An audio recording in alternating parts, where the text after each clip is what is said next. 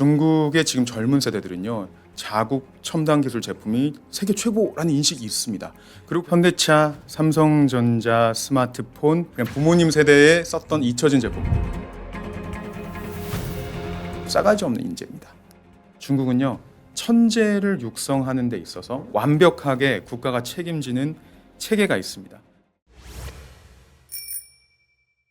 아니, 저는 궁금한 네. 게 이 천재반도 말씀하셨고 집중적으로 모아서 육성한다 네네. 이렇게 했잖아요.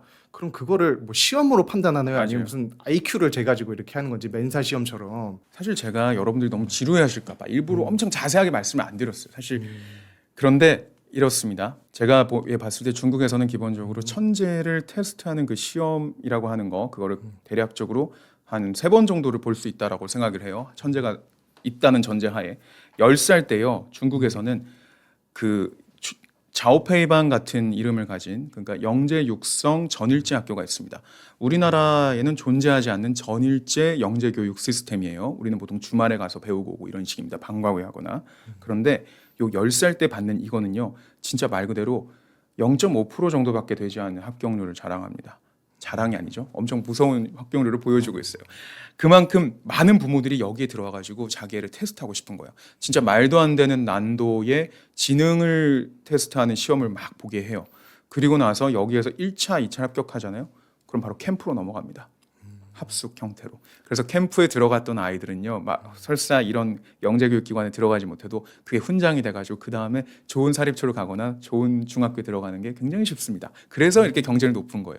자, 그럼 10살 때 한번 시험을 보죠. 그럼 또 한 번의 시험은 언제일까요? 아까 말씀드렸다시피 칭화대 야오싱퉁반이라고 하는 중고등학생을 대상으로 하는 전일제 영재교육반, 요거 같은 경우에는 테스트나 이런 것들을 볼 때에 아이들이 처음으로 접하는 어떤 개념이라든지 뭐 수식, 그 다음에 이 어떤 정보를 준대요. 그리고 그런 수업을 듣고 나서 그 즉석에서 그걸 응용한 문제를 풀 수 있느냐 없느냐 이런 걸 많이 보는 거예요. 이게 굉장히 좋은 방법이죠.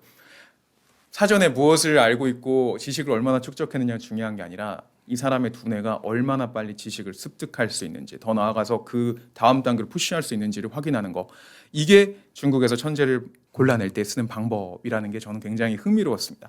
그 다음에 마지막으로 하는 게 바로 그 중국의 천재반이라고 하는 중국의 명문대 안에서 따로 뛰어난 애들을 따로 뜯어내서 걔네를 뭐 투링반이라든지 주커전반이라든지 뭐 즈반, 야오반 이런 데다 집어넣습니다. 그런데 이런 거 할 때는 보통 수능 성적도 중요하고요. 그렇겠지만 그거보다 훨씬 더 다른 방식으로 많이 뽑는데 아예 애들을 하루 정도 학교에다가 데리고 와요. 아주 평상시 내신이 좋고 추천을 받은 뛰어난 아이들 데리고 와가지고 마치 과거 시험을 보듯이 하루 종일 시험을 보게 합니다. 그리고 이 시험은 학교에서 봤을 때 뛰어난 인재를 걸러낼 정도의 수준의 난도 높은 시험을 주고 심지어 여기에는 체력 테스트까지 들어가 있어요. 그래서 말 그대로 하루 종일 쫙 시험을 보는 거예요. 그럼 정말 심도 있게 이 친구에 대해서 종합평가를 할 수가 있겠죠. 그러니까 이런 식으로 천재를 걸러내는 데 있어서 중국은 진짜 진심이에요. 그리고 이런 거에 대해서 그렇게 의아해하지 않습니다. 사실 우리나라 같은 경우에는 지금은 뭐 중2쯤 돼야지 처음으로 시험을 본다 뭐 이런 얘기가 나올 정도로 시험에 대해서 너무나 강박적으로 무서워하고 애들의 정서나 이런 것들에 영향을 줄까 봐 전전긍긍 하는데, 저는요 인생에서 결국에는 우리가 시험을 보지 않고서 그 다음으로 넘어가는 경우는 거의 없거든요 라고 말하고 싶네요. 시험을 통해서 우리가 결국 그 다음 나아간다라고 생각이 되는데, 그렇다면 시험에 익숙해지고 시험이라는 것을 우리가 어떠한 삶의 한 부분으로 받아들이는 것도 꽤 나쁘지 않은 거고, 그것도 훈련이 필요한 거거든요. 근데 중국은 이런 식으로 뛰어난 사람들이 시험에 익숙해지게 하는 거 덕분에 발굴이 더 쉬워지고 덕분에 내가 누구인지를 사람들이 더 잘 알게 되는 거, 좀 괜찮은 것 같다는 생각이 있습니다. 네. 아니, 무슨 대기업 그 사원 채용하는 것 같네요. 뭐 1차, 2차가 있고 네, 합숙도 맞아요. 하고 이런 거 보면은. 네. 그래서 그런지 뭐 중국에 뭐 7세 이력서 이런 것도 있다고. 네. 그게 뭔지 한번 설명해 주시면 좋을 것 같아요. 아까 말씀드렸듯이 중국에서는 사실 10살 때부터 천재들이 각종 이 천재 기관이나 천재로서 살아갈 수 있는 기회들을 얻게 됩니다. 그런데 그런 것들을 부모들이 지원해 줘야 되는 부분이 있잖아요. 그러다 보니까 아이들이 어릴 때부터 이력 관리도 많이 해줘요. 예를 들어서 이제 그 지원서를 넣을 때에 좀 보기 좋은 이 친구들의 그 대외 상장이라든지, 그 다음에 어느 정도의 수학 교육을 받았는지 뭐 이런 것들을 다 만들어야 되잖아요. 그리고 이력서를 만드는 과정에서 아이의 전반적인 이공계 역량을 체크도 합니다. 부모들이 추적을 하는 거예요. 이 아이를 5살 때부터 6살 때부터 이렇게 하나하나 쌓듯이 그렇게 교육을 하는 거죠. 저는 그래서 이 이력서라는 건 두 가지 기능이 있어요. 나중에 이 친구들이 어린 나이에 10살 이후로 되는 그 10대 때에 영재교육기관에 들어갈 때 제출할 수 있는 실제 이력서를 만드는 용도. 또 한 가지는 내 아이를 어떤 방향성을 가지고 이공계인지로 키우는 데 있어서 그 진도를 확인하는 용도이기도 합니다. 그래서 이 7세 이력서는 실제로 제 친구의 아들 걸 제가 봐가지고 그렇게 쓴 거예요. 제가 그런 기사도 쓰고 많이 이렇게 다른 사람들 앞에서 이런 이야기를 설명드렸는데 저도 제 딸에 대한 엄청난 자부심이 있습니다만은 그 친구 앞에서는 더 이상 그 어떤 자랑도 할 수 없었어요. 왜냐하면 그 친구의 7살짜리 아들의 이력서를 보면은 온갖 뭐 코딩 대회에서 수상한 경력, 그 다음에 뭐 아두이노 이런 것들 다 당연히 기본으로 하고 그 촘촘하게 얼마나 이 친구가 이공계 전 영역에서 자질을 갖추는지를 쭉 보여준 다음에 그 아래 피아노도 엄청 잘 쳐요, 영어도 엄청 잘해요, 막 한시 100개 외워요, 뭐 이렇게 써 있는 거예요. 그렇지. 정말 세상에는 천재가 존재하고 이렇게 뛰어난 애들. 부모가 아무리 시킨다 하여 다들 이렇게 할 수 있는 거 아니거든요. 이런 애들이 존재하는데 이런 애들이 중국에서는 잘 발굴되고 그 아이들이 마음껏 만개할 수 있는 기회가 있다라는 거는 굉장히 의미가 있다. 그리고 제가 정말 많이 느끼는 건 뭐냐면 사람은요 자기가 태어난 대로 살 때 되게 행복하고 좋다라는 건데요. 천재로 태어나면 천재처럼 사는 게 좋지 않을까요? 모든 인생에서의 그런 뭐 모든 과제가 너무 쉽거나 지루할 경우에 그분들도 힘들지 않을까요? 네. 근데 저는 적당한 챌린지는 뭐 모든 사람들에게 필요하다고 생각이 되고요. 그렇게 생각했을 때는 만약에 정말로 지능이 타고난 사람들이 존재한다라는 게 우리 모두의 공감대가 있다면 그 사람들이 일반적으로 지능이 그만큼 높지 않은 사람들하고 다르게 살거나 다른 체제 안에서 커가는 거 이거에 대해서도 충분히 따뜻한 시선으로 볼 수 있지 않을까 이런 생각이 듭니다. 애들이 스트레스 같은 건 안 받나요? 이렇게 막 이력을 7세부터 관리하고 이런다고 하면 저는 오히려 이제 만약에 싸가지 없는 인재, 귀재 수준으로 누군가가 컸다라는 뜻은 그 사람들은 자유롭게 자랐다, 자유로운 자기 개성이 보존됐다는 뜻에 가깝지 않을까요? 위계에 복종하거나 자기 자신을 누르는 게 아니라 나이만큼 잘났는데 나 이거 하고 싶어라고 해서 막 앞으로 나아가는 사람이 어떻게 억압받고 그 사람이 어떻게 왜곡된 인격을 가진 사람이라고 말할 수 있겠습니까? 그런데 아까 말씀하신 것처럼 유효한 부분이 분명히 있죠. 만약에 이 친구가 천재가 아닌데 엄청 압박을 많이 가하고 아이들에게 그렇게 과하게 그 충격을 주면 당연히 아이들이 힘들겠죠. 그런데 이런 것들도요 다 나름대로의 노하우라는 게 존재합니다. 중국에서 지금 아까 언급한 소년반 15살에 들어가는 학부 같은 경우에는요 이 각 학년마다 3명 정도의 심리 상담 전담 교수가 있대요. 그럼 이 교수님들이 아이들의 심리 상태를 확인을 하고요. 이 아이들의 정신 건강 이런 것들을 체크하면서 이 아이들이 성장할 수 있게 도와주는 겁니다. 그래서 이런 천재를 대하는 방식은 노하우가 원래 필요한 거거든요. 소년반 역사 1978년부터입니다. 많이 해봤겠죠. 천재들이 이런 특성이 있더라. 얘네는 이런 환경에서 제일 잘하더라. 이런 걸 알고 있다면 어떻게 네. 보면 그 과거제를 만든 게 중국이잖아요. 그러니까 그렇죠. 뭐 그때부터 어떻게 보면 이런 경쟁을 통해서 맞아요. 그런 걸 길러낸 것 같기도 하네요. 네네. 네. 그러면은 어떤 텐센트나 뭐 지리자동차 이런 테크 기업에서 교육기관을 건너뛰고 자체적으로 이제 교육을 시키는 그러니까 정규 맞아요. 교육기관을 네. 건너뛰고 이런 것도 있다는데 올해 들어서 사실 굉장히 재미있는 중국의 인재 실험이 두 가지가 있습니다. 하나는 중국의 최대 게임 회사, 뭐 전 세계로 따지면 그것도 거의 최대겠죠. 텐센트, 그러니까 우리로 따지면은 카카오랑 최대 게임 회사를 합쳐놓은 뭐 그런 기업이라고 보시면 돼요.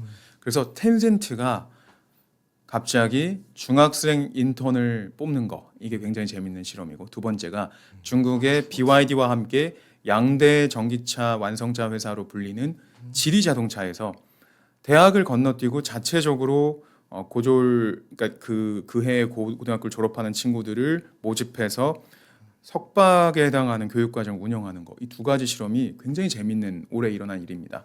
텐센트 같은 경우는 CSR 프로그램을 통해 가지고 원래부터 중학생들의 코딩 교육이라든지 AI 기본 실전 뭐 이런 것들을 많이 해왔어요. 이거 사회에 환원하는 프로그램이었습니다.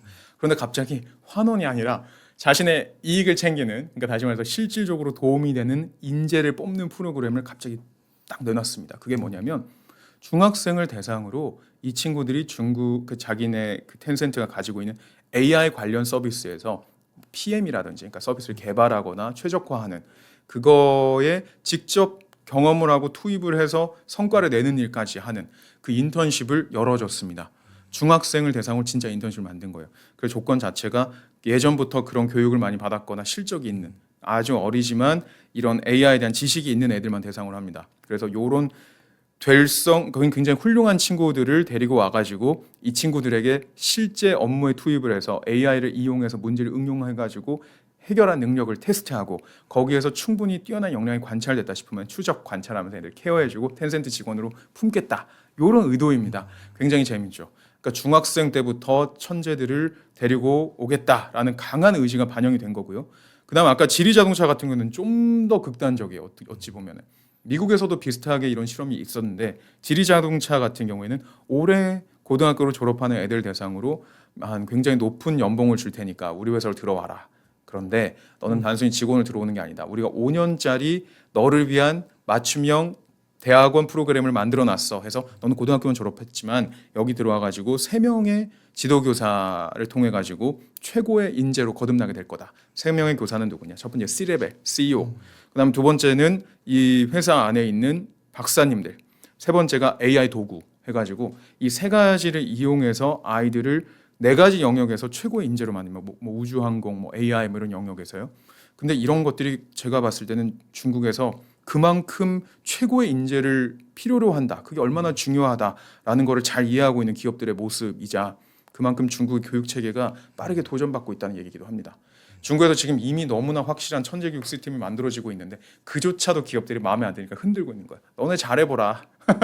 이걸로 되겠느냐. 너네 지금 천재 양산의 시스템 잘하고 있다 하는데 우리 기업이 봤을 땐 더 잘해야 돼. 지금 이것도 부족해. 더 빨리 더 젊은 천재들을 더 산업에 제대로 투입할 수 있게끔 완전히 바꿔봐. 이런 메시지를 던져주는 겁니다. 그래서 이런 게 어떻게 흘러갈지 굉장히 저는 관심 있게 보고 있고요. 실제로 제 주변에서도 미국의 명문대에 합격을 했는데 거기를 안 가고 지리자동차의 이 과정에 합격했으니 들어가겠다라고 칭얼대는 부모를 설득하고 있는 아이의 사례도 제가 들은 게 있습니다. 네. 그런 건 없나요? 의대로 인재가 유출되는 우리나라 같은 경우는 이제 공부 잘하면 의대 네네. 이렇게 되잖아요. 그렇죠. 이과는 의대 이렇게 되는데 어떤 그런 현상은 많이 없는 건가요? 많이 없어요. 중국은 우선 의사가 될 수 있는 길이 한국보다 훨씬 넓고요. 그래서 다양한 방식으로 그 의사가 된다. 뭐 이것도 있고 또 한 가지는 의사가 된다고 해서 반드시 돈을 많이 버는 게 아닙니다. 심지어 중국에서는 의사가 되고 싶으면 그래도 부모님은 의사야 되지 않냐 이런 말이 실제로 있어요. 그러면 그 의사가 그렇게 좋은 직업이야? 되물림 되는 직업 이렇게 얘기할 수 있잖아요. 조금 다른 얘기예요. 좋은 대우를 받고 좋은 지역에 좋은 병원에서 일할 수 있는 의사가 되려면 부모님이 좀 힘을 써줘야 된다. 그 뜻입니다. 그래서 내가 의사가 됐다 하여 보장받는 게 많이 없어요. 그리고 의사라는 것은 그 어찌 보면은 최고의 두뇌를 가진 사람들이 꼭 할 필요가 없다라는 그 메시지도 갖고 있습니다. 그래서 중국에서 한 대학을 기준으로 명문대 기준으로 봤을 때에 가장 최상위에 있는 학과들은 뭐 AI 관련된 거, 반도체 뭐 이런 첨단 기술 관련된 학과 그 아래에 이제 의대가 있습니다. 그리고 꽤 많은 커트라인이 낮은 의대가 전 중국 안에 퍼져 있고요. 그래서 우리나라만큼 이렇게 최상위 두뇌가 전부 다 의대로만 들어가는 이런 구도가 중국에서 만들어질 수가 없는 거죠. 근데 저는 솔직히 말하면 뭐 지금 우리나라가 최고의 인재 덕분에 의료 시스템이 이렇게 잘 굴러가고 의사분들을 믿을 수 있고 이건 저 너무 좋아요. 그렇지만 어쨌든 중국에서는 그렇게 안 하고 있다. 그러니까 어떻게 보면 그만큼 기업이나 어떤 국가 차원에서 잘 이공계 첨단 기술을 전공한 거를 우대를 해줘서 그런 것 같은데 맞아요. 그런 어떤 이렇게 우수하게 교육된 인재들을 좀 어떻게 국가에서는 활용을 하는지 한번 설명해 주시면 좋을 것 같습니다.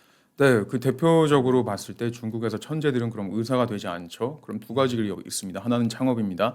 또 하나는 바로 연구의 길을 가는 겁니다. 연구자가 된다라고 하여 돈을 못 버는 게 아니죠. 우리나라에서 보통 박사, 그러니까 명문대 이공계 박사를 마치고 나면은 연봉이 한 1억 초반 정도 될 겁니다. 그런데 중국에서는 C9이라고 하는 중국의 9대 명문 이공계 대학에서는 여기에서 박사를 졸업하면 너의 연봉이 한 2억 원 기본으로 넘는다라는 게 당연시되고 있어요. 하얼빈 공대 이런 데들이 이름은 우리한테 굉장히 생소하지만 중국에서는 거기만 졸업하면 부자가 되는 길이라고 얘기할 정도로 주목을 받습니다.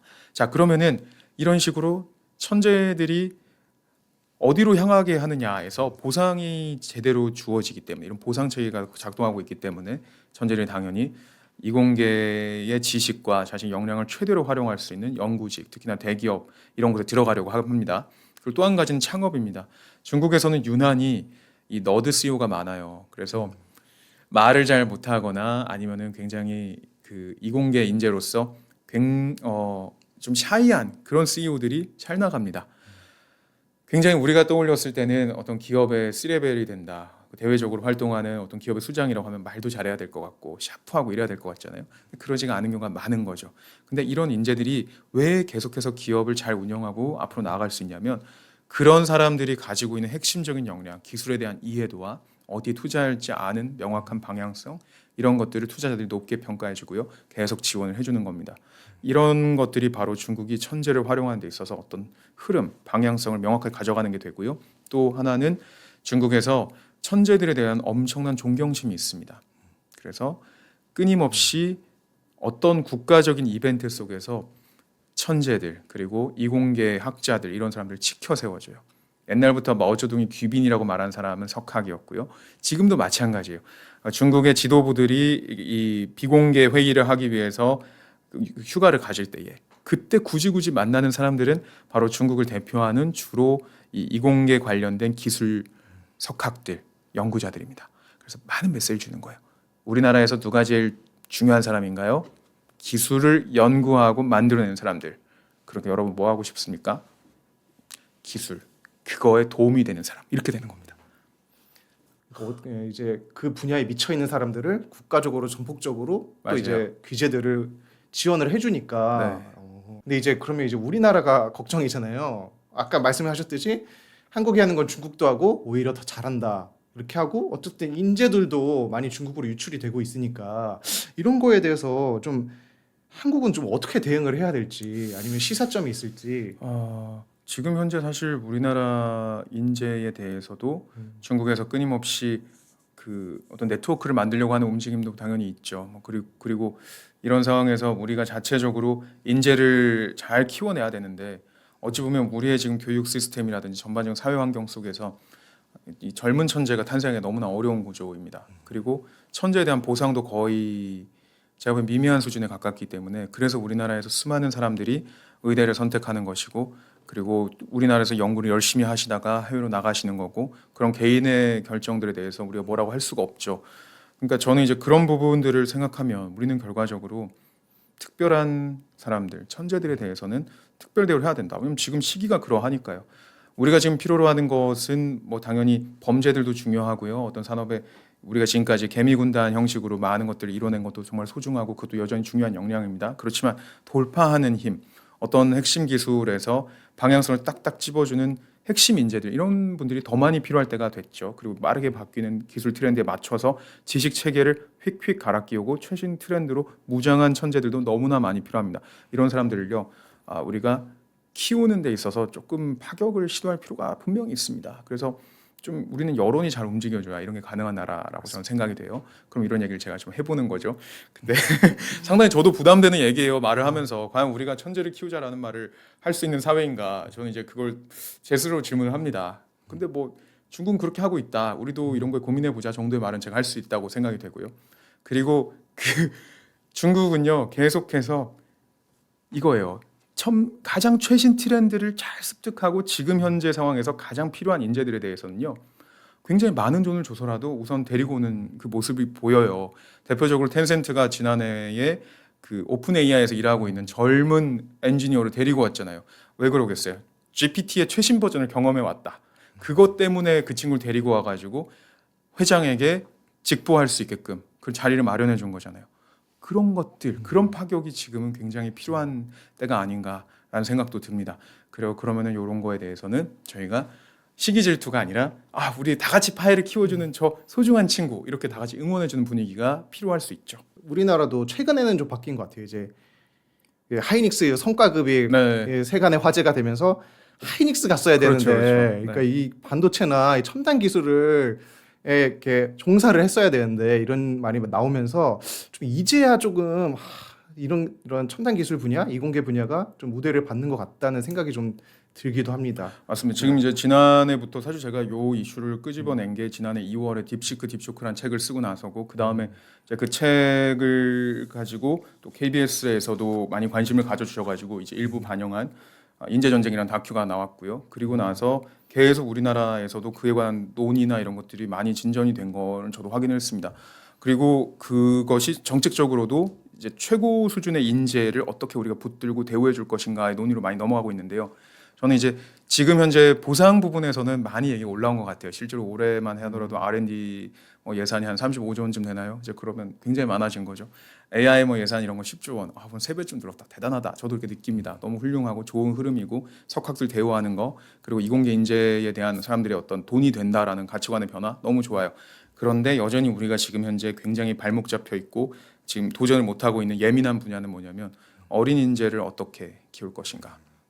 지금 당장 이공계 졸업한 사람들에 대한 이야기들은 충분히 되고 있고 그런데 지금 상황에서 우리가 어떻게 빠르게 인재 수급 문제를 좀 근원부터 좀 한번 다시 얘기해 볼까 이거는 되고 있지 않죠. 네. 그러니까 이런 하이닉스나 마지막으로 네. 좀 우스갯소리하자면 하이닉스나 삼성전자 주가가 많이 올라 있는데 네. 이 주가 지키려면은 더욱더 이런 인재 발굴이나 인재 확보에 좀 열을 올려야 될 것 같다는 생각이 좀 들긴 하네요. 맞습니다. 지금 너무 좋을 때죠. 안 사실은, 그러면 따라 네. 잡혀가지고 맞아요. 중국에 지금 중국이 사실 그 삼성과 SK 하이닉스가 하고 있는 메모리 반도체 너무나 훌륭한 역량을 가지고 있지만 중국이 바짝 따라붙고 있다라는 거 우리가 부정 못하죠. 수율이 낮다 이런 거 떠나서 어쨌든 최신 제품들을 진짜 빠르게 고사양 제품으로 넘어오고 있잖아요. 이건 우리가 다 보고 있는 현실이고요.